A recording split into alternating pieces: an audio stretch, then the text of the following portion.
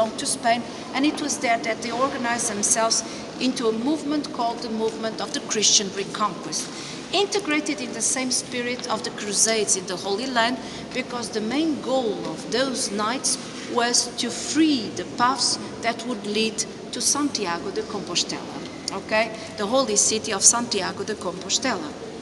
And so the fact was that the Christian Reconquest evolved very quickly in the north, where the Muslims stayed for periods in between 20 to 80 years, but to the central and southern regions they stayed for centuries. So there were big differences in between the north and the south. But when the invasion started, a group of monks that were very devoted to St. Vincent, they grabbed the relics of St. Vincent. They knew that the Muslims had the habit of destroying every kind of relic. They would behead all the statues that they found, and those were things that they needed to preserve.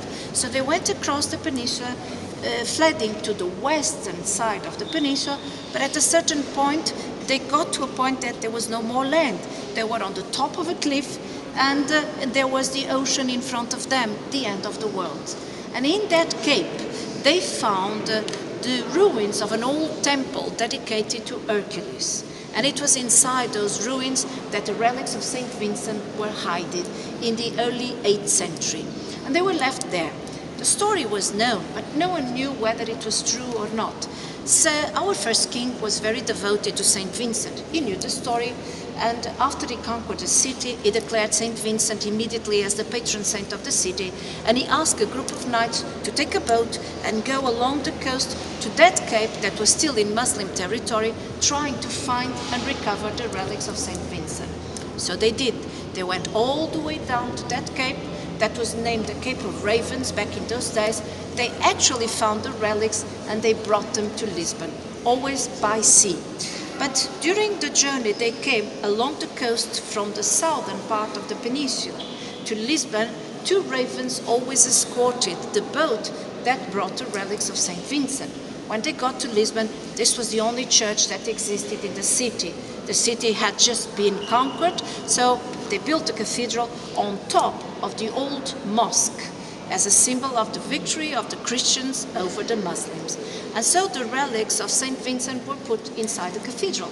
And the 2 ravens came inside and they settled inside the cathedral, guarding the relics of St. Vincent. Later on, we built the Church of St. Vincent, and the relics were transferred from here to the new Church of St. Vincent.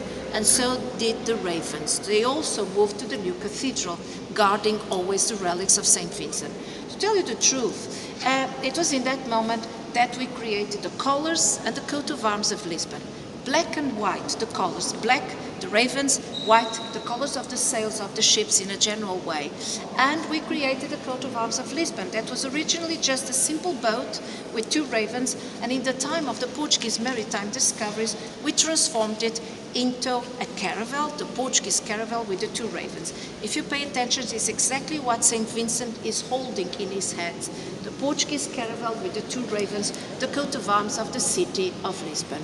So we step on it, we know it, but no one remembers St. Vincent, ever. He was supposed to be celebrated in January. We never think of it, we always forget about him, and we only remember St. Vincent when the time is very close for the festivities of St. Anthony. Then we remember, okay, we celebrate St. Anthony, but he's not our official patron saint. So the ambulatory was built already in the 13th century. The original construction had no ambulatory, but that was a moment in which Portugal had already been all conquered. We had the same boundaries that we have today. And so we had, once again, secured the paths and the journey of pilgrims going up to Santiago de Compostela. And Lisbon is the beginning of the way of the Atlantic.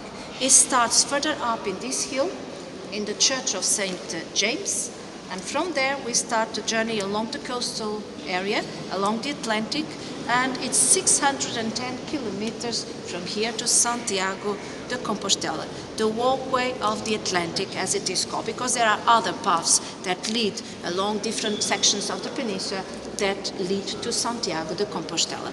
And that was the reason there were so many pilgrims coming to Lisbon to start their journey as pilgrims to Santiago de Compostela, that the cathedral was the main first compulsory stop to pay homage to the local saints.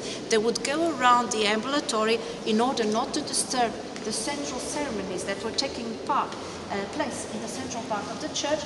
They would exit from the other side and they would go up the hill to start their real pilgrimage on their way to Santiago de Compostela.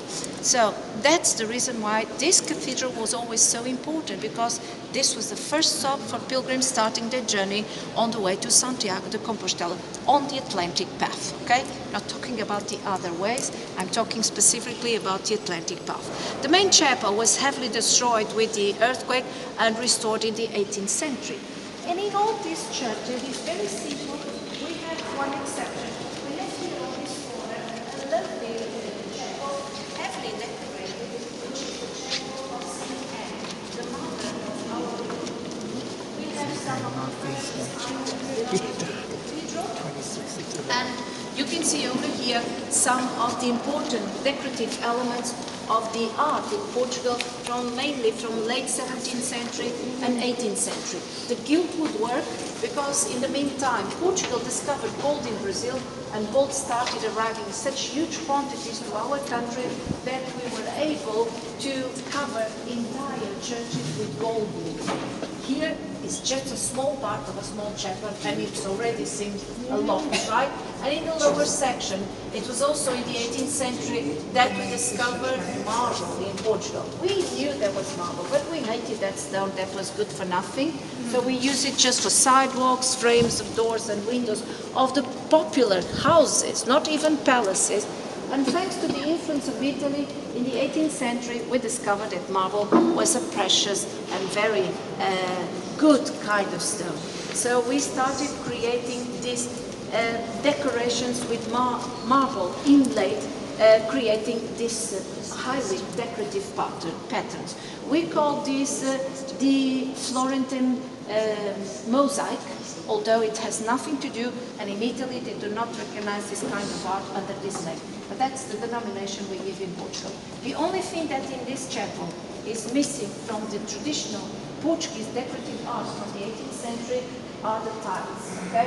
To be perfectly 18th century Portuguese, we would have the gilt woodwork, the marble, and the tiles also, okay? Saint Anne, the mother of Our Lady, yes. And you see Saint Anne and Our Lady as a child reading a book with her mother. I think no, that's another one. This is another one. No. Okay, so we are exiting the cathedral now, and just on our way from Falmouth back to the princess. How are you doing? Right? Yeah. Okay, so you close the group, right? I'm going to count as they exit the church to make sure we have everybody. So, okay, we are going all the way down, and the exit is always the door on the left-hand side.